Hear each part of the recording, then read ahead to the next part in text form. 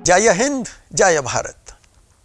दोस्तों, बलिदानियों के शिरोमणि सरदार भगत सिंह के जीवन के हल्के फुल्के किस्सों की सीरीज में आज बात करेंगे उनके और उनके दोस्त राजा राम शास्त्री के बीच प्यार भरी छेड़छाड़ की।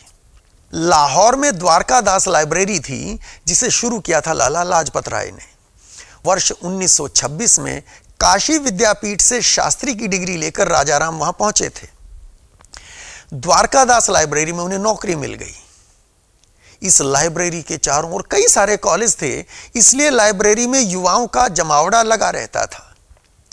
क्रांतिकारी दल से संबंध रखने वालों की यदि बात करें तो भगत सिंह, सुखदेव, भगवती चरण वोहरा, हंसराज वोहरा, यशपाल, धनवंतरी, एहसान इलाही, दुर्गादास खन्ना आदि यहां पर आते जाते रहते थे। भगत सिंह, सुखदेव और भगवती चरण वोहरा से राजा राम शास्त्री की जल्दी ही अच्छी दोस्ती हो गई थी। उम्र का ज्यादा अंतर था नहीं। राजा राम भगत सिंह से सिर्फ 2 साल बड़े थे। भगत सिंह को पढ़ने का जबरदस्त शौक था।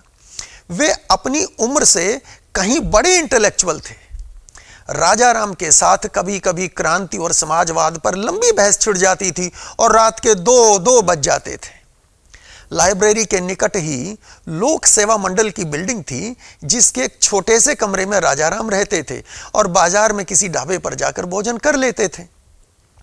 एक रामकृष्ण नाम का ढाबा था जहां उनका बहुत आना जाना रहता था। राजा राम बताते हैं कि भगत सिंह बड़े विनोदी स्वभाव के थे। जब भी मौका हाथ लगता वे हंसी मजाक करने से चूकते नहीं थे। दोपहर या शाम हो, रामकृष्ण के ढाबे पर बहुत बार मेरे साथ छेड़छाड़ करने के लिए आ जाते थे। मुझे वहां खाना खाते देखकर मेरे पास आए बिना वे रहते नहीं थे। राजा राम कहते हैं कि उनका तरीका ही यह था, मेरे सामने की कुर्सी पर आकर बैठ जाते और आते ही कोई ना कोई मनोरंजक बात शुरू कर देते। इस तरह बातें करते करते वे धीरे से हाथ बढ़ाकर मेरी थाली से रोटी का कोर तोड़ने लगते।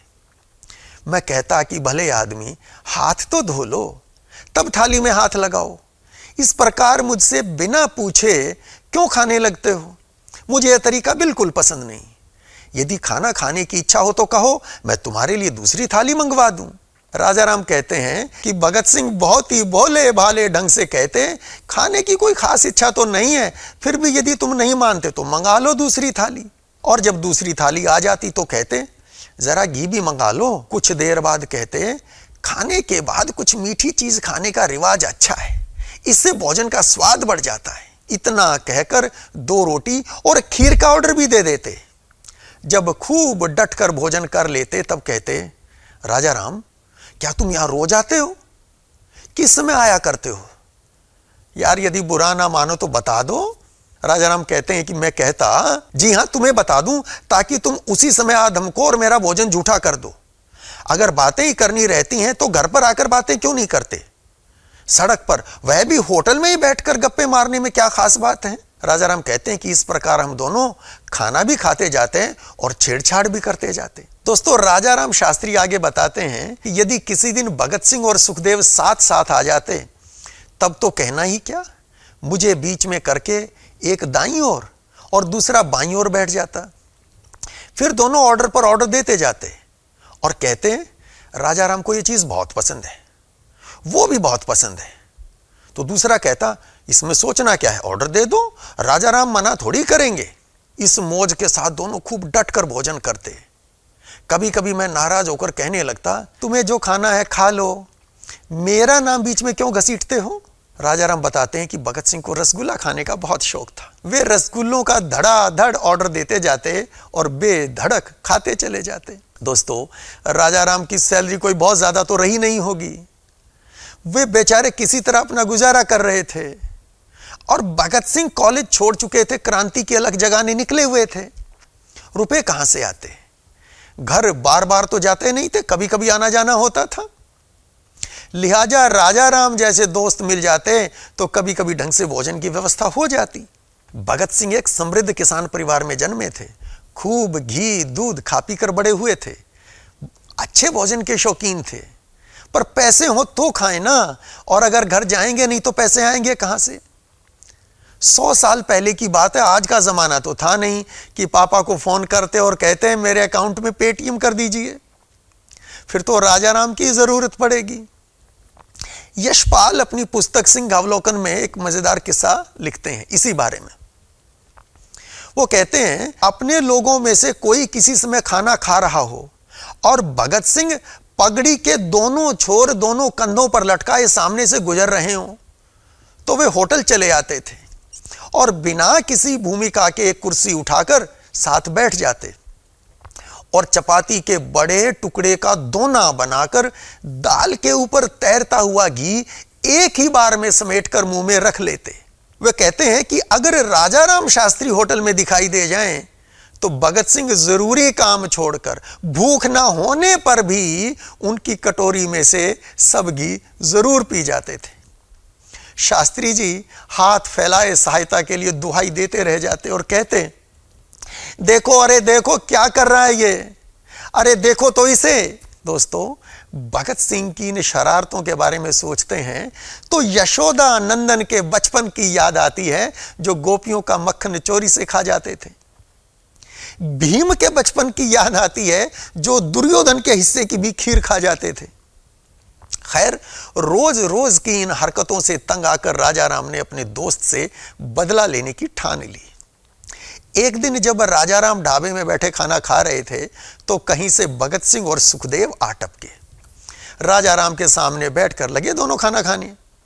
ऑर्डर पर ऑर्डर दिए जा रहे थे। पता था बिल तो राजाराम ही देगा। मजे से खीर खाई जा रही थी।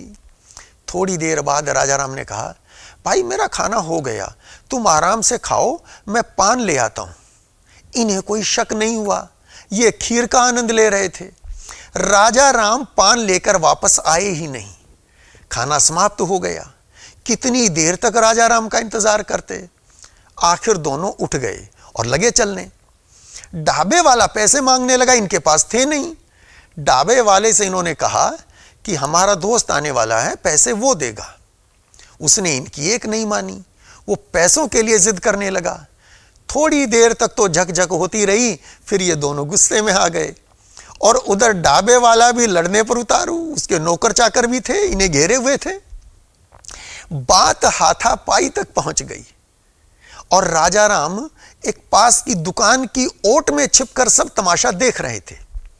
जब उन्होंने देखा कि मार पिटाई होने वाली है तो बड़े आराम से टहलते हुए वहां पहुंच गए। राजाराम को देखते ही दोनों भड़क गए।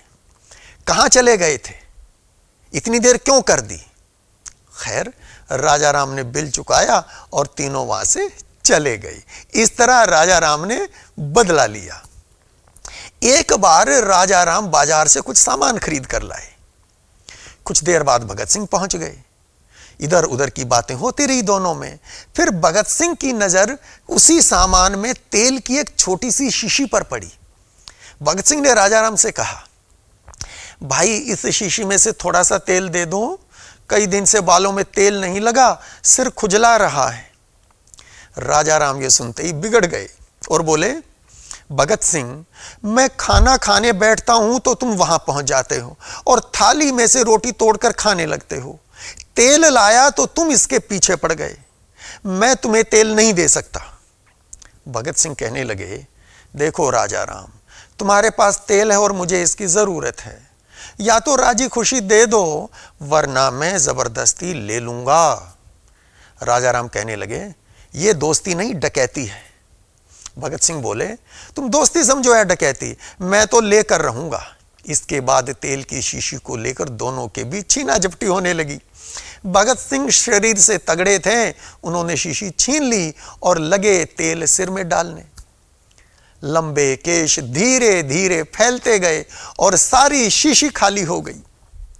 भगत सिंह अपने दोस्तों के साथ ऐसी छेड़छाड़ अक्सर करते रहते थे। एक और बड़ी मजेदार घटना का जिक्र करते हैं राजाराम शास्त्री। वो बताते हैं, रात का समय था, मैं गहरी नींद सो रहा था। मेरे दरवाजे पर 3 बार थपथपाने की आवाज हुई। दरवाजा खोलते ही भगत सिंह और सुखदेव कमरे में प्रवेश कर गए। मैं खाट पर लेट गया और वे दोनों अपने कपड़े उतारने लगे। मेरा कमरा काफी छोटा था, उसमें केवल एक ही खाट पड़ सकती थी, पर उसमें हम 3 थे। कौन कहां सोवे, कैसे सोवे, यह सवाल था। और होता यह है कि मैं सोने का बहाना करके खाट पर लेट जाता हूं और वे दोनों पहले हल्की आवाज में और फिर जोर से, खास तौर से मुझे सुनाने के लिए बातें करने लगते हैं। राजा राम लिखते हैं कि भगत सिंह सुखदेव से कहने लगे कि राजा राम को सोने दो, हम दोनों धीरे धीरे कुछ बात करेंगे। ये कहते कहते दोनों खाट की दोनों तरफ बैठ गए और बातें करने लगे। बातें होने लगी और वे दोनों तरफ मुझे दबाना शुरू कर दिए। कुछ देर बाद दोनों मुझे बीच में करके अगल बगल लेट गए। बातों का तो बहाना था, खास उद्देश्य मुझे परेशान करना था। राजा राम कहते हैं कि हुआ ये कि वे दोनों एक दूसरे के निकट होते गए और मैं बीच में करीब करीब पिस गया। अंत में परेशान होकर मैं खाट से उठ गया और जमीन पर लेट गया। इस प्रकार खाट से उठते ही वे दोनों पैर पसार कर बड़े आराम से लेट गए। दोस्तों, अनुमान लगा सकते हैं कि क्या बीती होगी बेचारे राजा राम पर। कमरा उनका, चारपाई उनकी और फर्श पर सोने को मजबूर वे। इतना ही नहीं, उनकी पीड़ा इससे भी ज्यादा थी। वो आगे बताते हैं कि यह डरामा यहीं पर समाप्त नहीं हो गया। भगत सिंह सुखदेव से कहने लगे, सुखदेव भाई, इतना तो मानना ही पड़ेगा कि राजा राम है बहुत नेक साथी। उससे हम दोनों का कष्ट देखा नहीं गया, इसलिए बेचारा खुद जमीन पर लेट गया और हमारे लिए अपनी बिछी बिछाई खाट छोड़ दी। तब सुखदेव कहते हैं, भगत सिंह, राजा राम बहुत पक्का साथी हैं जो अपने मित्रों का बहुत ख्याल रखता है। बेचारे ने एक शब्द नहीं कहा और चुपचाप जमीन पर लेट गया। राजा राम कहते हैं कि मैं एकदम गुस्से में तमा उठा और कहने लगा, बंद करो ये बकवास। एक तो हमारी खाट छीन ली, जमीन पर लेटने को मजबूर कर दिया, उस पर हमारा मजाक उड़ा रहे हो। बस अब चुपचाप सो जाओ, वरना मैं डंडा उठाकर मार दूंगा और शोर मचा दूंगा।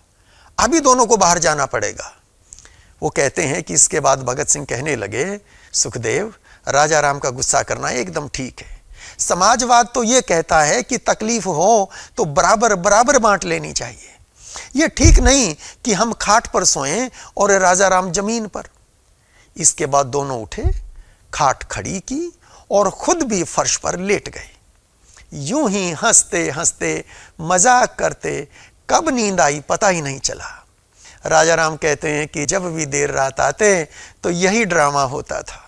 दोस्तों, इस तरह छेड़छाड़ होती थी इनके बीच। आज भी तो उस उम्र के दोस्त ऐसे ही सब करते हैं। फर्क यह था कि भगत सिंह के जीवन में जहां एक ओर किसी दूसरे नौजवान की तरह खूब मस्ती भरी थी, वहीं दूसरी ओर भारत की पराधीनता की बेड़ियों को काटने के लिए भी वे उतने ही बेचैन थे। तो आज के लिए इतना ही। ये जानकारी आपको कैसी लगी कमेंट बॉक्स में लिखकर जरूर बताइए। जय हिंद, जय भारत।